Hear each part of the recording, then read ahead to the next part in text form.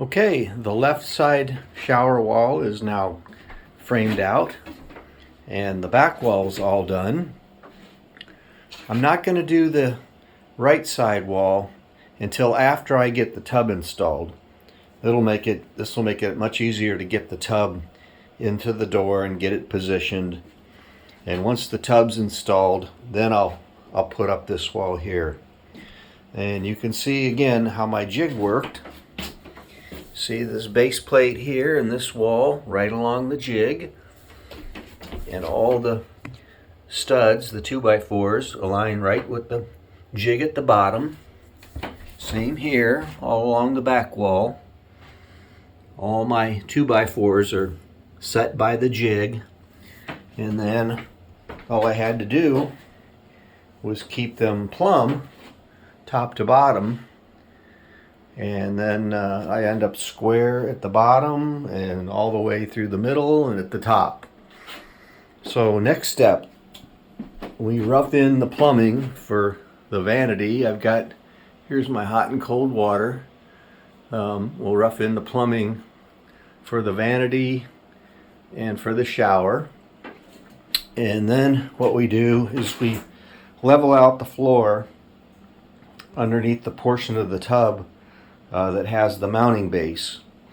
And to make that easier, I'm going to modify my jig a little bit. What I'm going to do at each corner, I'm going to put in levelers, and I'll show you in another video how that's going to work. But I'm going to have screw levelers on each corner so I can level out the jig, and then that'll help me to get this floor underneath the tub nice and flat.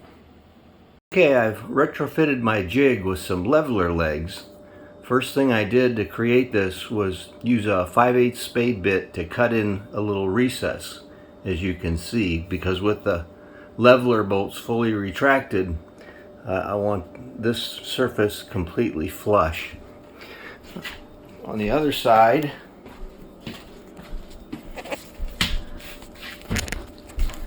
let's see, you put in a T-nut and then a regular nut jammed up against a wing nut with some thread locker. And this acts as a knob for me.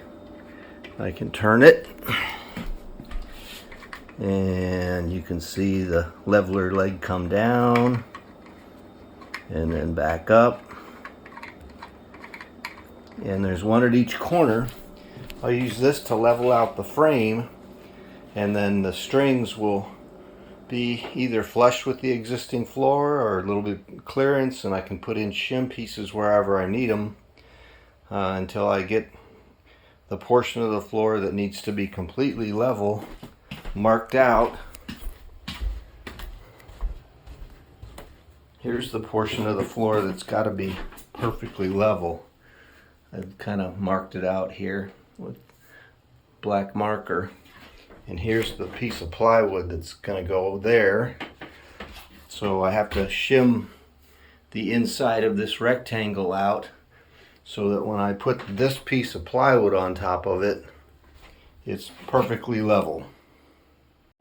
To give you an idea how the leveler legs are going to work, first I put a board across these members here, and then I put bubble level on top of it.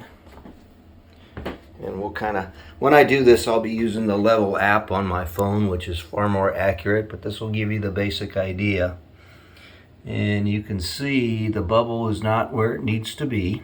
It should be dead center if I'm level. And here's where I use my leveler legs to get that bubble where it needs to be. Once that's done, I'll be able to look up very, very carefully at the strings. Some of the strings might be right on the plywood. There might be some clearance. Where there's clearance, I've got to fill in the gap with shim pieces. And once I get all the shim pieces in position under all the strings, then I'll be able to put my plywood piece on top of it, and it'll be dead level.